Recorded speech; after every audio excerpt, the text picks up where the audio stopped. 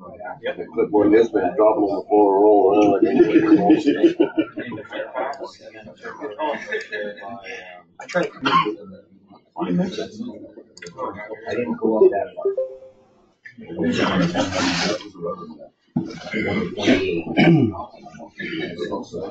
Okay, 6:30. How's everybody this morning? Excellent. So this week's code of conduct is to don't overpromise or underdeliver. So it's a good one. That's just about good truth communication, honest communication with each other and our clients. Let's try not to overpromise or underdeliver this up and coming week. Excuse me, I'm kind of battling a little cold, so I'll be going back and forth. So another 7 days without a recordable injury, so that's excellent. We're almost at that 100 man-hour days without a recordable.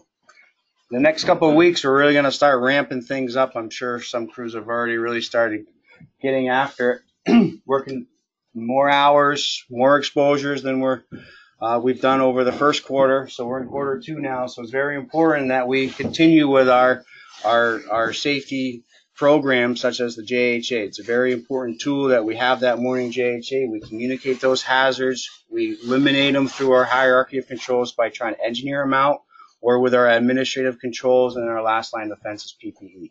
So we're doing an excellent job so far. I just want to keep that momentum going so we can keep these day count going. That's our goal. Here, everybody should be looking out for each other. So this week we're going to talk about our tolerance zones and some safe work practices, because this whole month we're going to be doing excavation awareness. Next week we got a guest speaker, Dave Addick, coming in to talk about their kind of safe work practices around gas lines. And I think it's a very important topic for us because that's when the fire trucks come and we got to evacuate houses. If you've seen it on the news the last couple months, there's been some huge gas explosions throughout the United States. So you might talk a little bit about that. Cave-in protection, regulations and protection, and then we'll do another wellness series May 10th. So that's our outlook for the next month.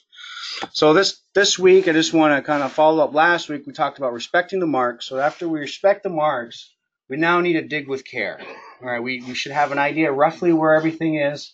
Now we just need to follow this one simple rule that's handed down to contractors. Is we're not allowed to mechanically dig 18 inches around an underground utility. So if it's lodge or multiple ducts, remember, duct banks don't exactly mean that it's encased in concrete. This means that there's more than one. When you hear that terminology, duct banks, just more than one utility.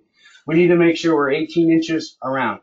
We're allowed to mechanically remove asphalt, concrete, things like that, but once we get down to that subsurface, we need to really make sure that we're hand digging or back excavating to locate that utility.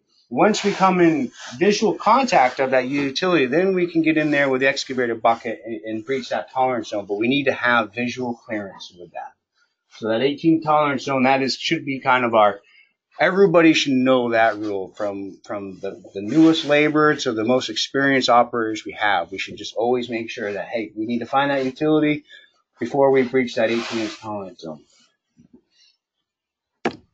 So some administrative controls to help us prevent utility strikes. I want to really always have a spotter. It's very, very important. No operator should be ever digging out there without a spotter around any underground utilities. If there's no underground utilities, we're loading trucks, things like that. That's not a problem. But when we are digging around underground utilities, we should always have a spotter, visual clearance there, making sure that we can stop that operator before they might come in contact with an underground utility.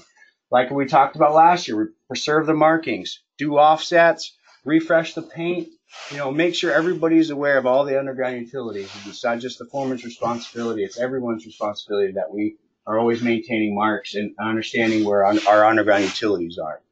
So don't ever assume that utility runs straight or is centered on the markings.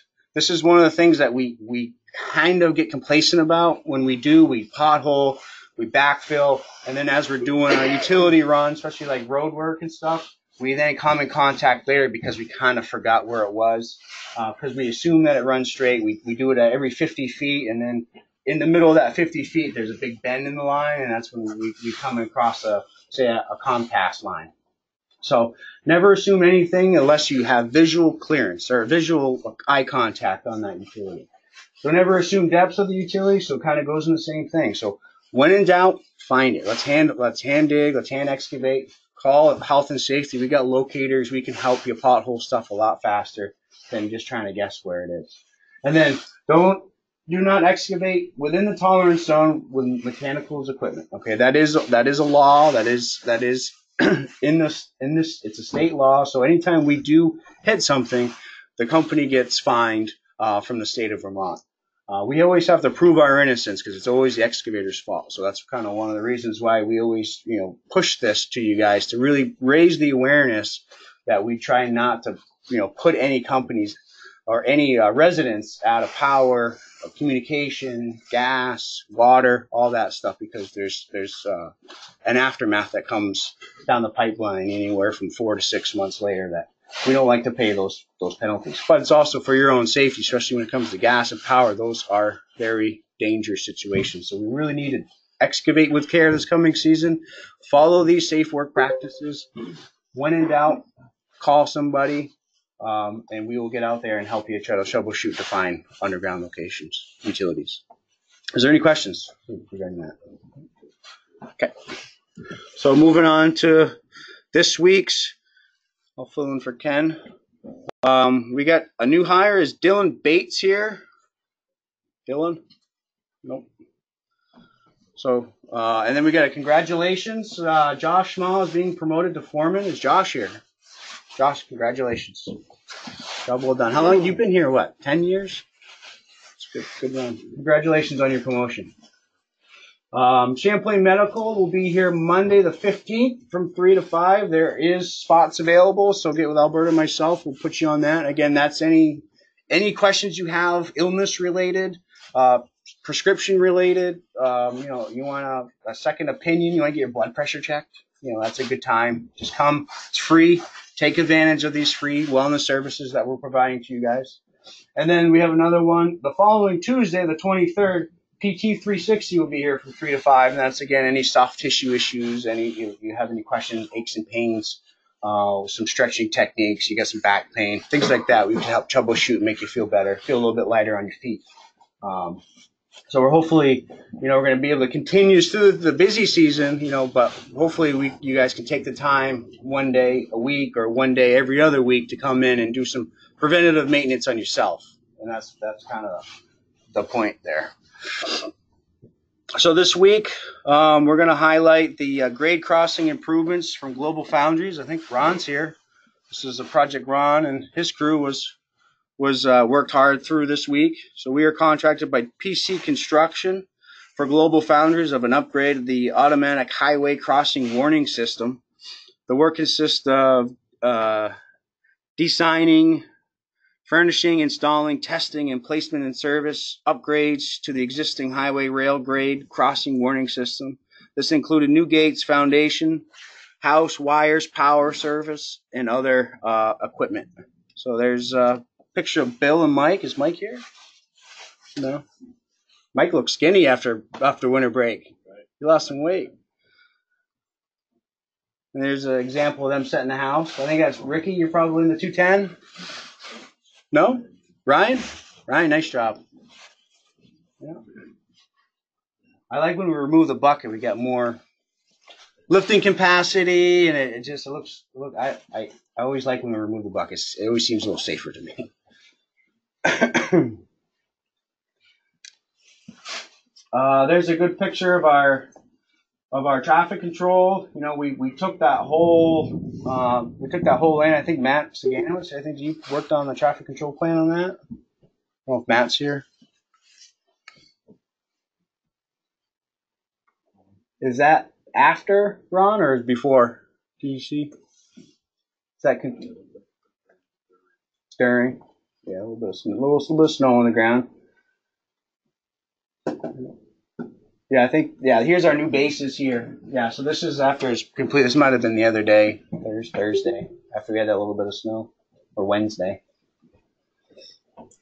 And then there's Ron and Bill hooking up all the wiring. It's a lot of work, a lot of testing. How many days does it take to test this thing? Just one day of testing? Yep. A lot of work goes into it in a short time period. I think it was a 5-day shutdown, rail shutdown. 5 days you guys had to do it?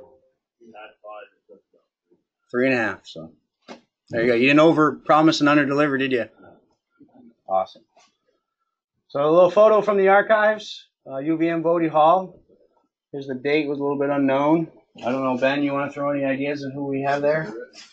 That's Mr. Ed there, I think. Mr. Ed? Yeah. I don't even know. Where's it, Roger?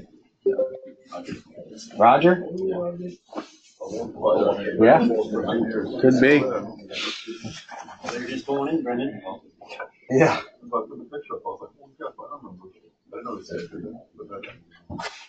How you doing? Yeah. Yeah, I didn't even know what we're looking at, to be honest with you. Well, that's all we have. Thanks, everybody, for coming in. Everybody, make sure you sign the sign-in sheet. Scott will hand out checks. Let's stay safe out there.